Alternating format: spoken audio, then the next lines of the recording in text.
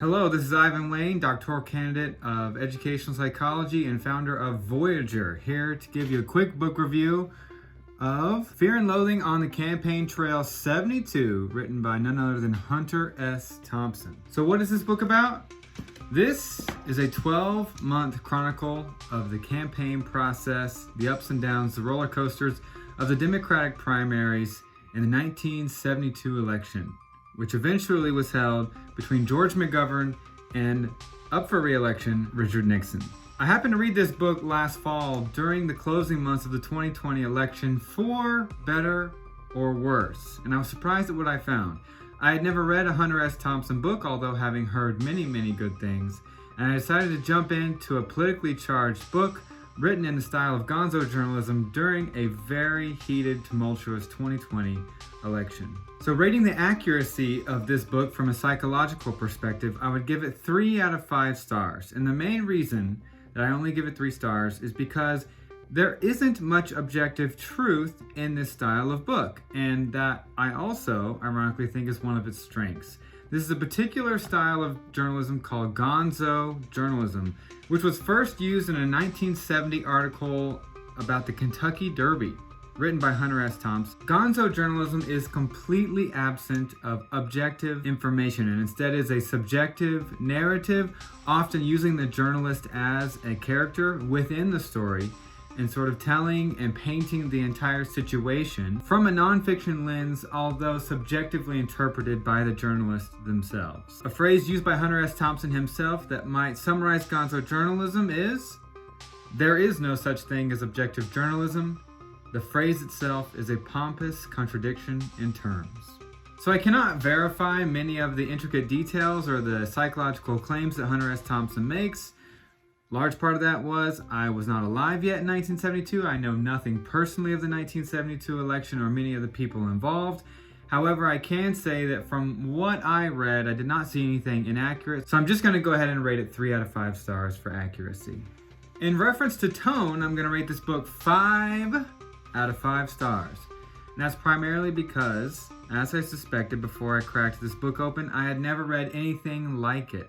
From the first chapter, I was hooked in, and the book carries through a very dark and cynical, although honest and sincere, from Hunter S Thompson's perspective, tone that really carries you through the entire political process. The book also includes black and white photographs and many political cartoons, attempting to highlight and illustrate many of the key points of the book.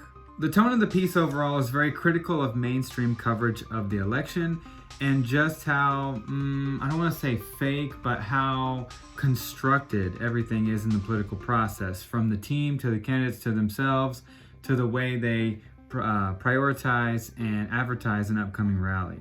The tone in general can be very bleak and dark at times, and there is plenty of cursing, so be sure you're okay with that if you're going to check out this book. For interest, I'm going to rate this overall a 3 out of 5 stars. Now, I was personally very interested. There were some parts that seemed to drag on, but for the general reader, I'm going to go ahead and only give 3 out of 5 stars because I think for many folks, it's going to be hard to be entertained through the entire book in all of the chapters, because certainly covering the campaign trail leading up to the main primary election, the author gets into the weeds of the political process, and sometimes the book can feel a little bogged down by details. I really was fascinated observing the degree and the severity of just how intensely everything was calculated. Every poster, every sign, every word of a speech, every public appearance, every single thing was combed over. Thousands and thousands of hours of preparation into each little step in the campaign.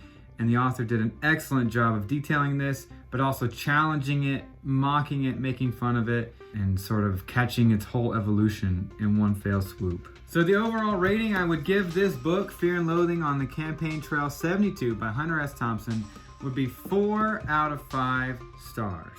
The fascinating style of Gonzo journalism applied to politics, the timeliness of a very divided political scene in a country that seems to be ever divided currently.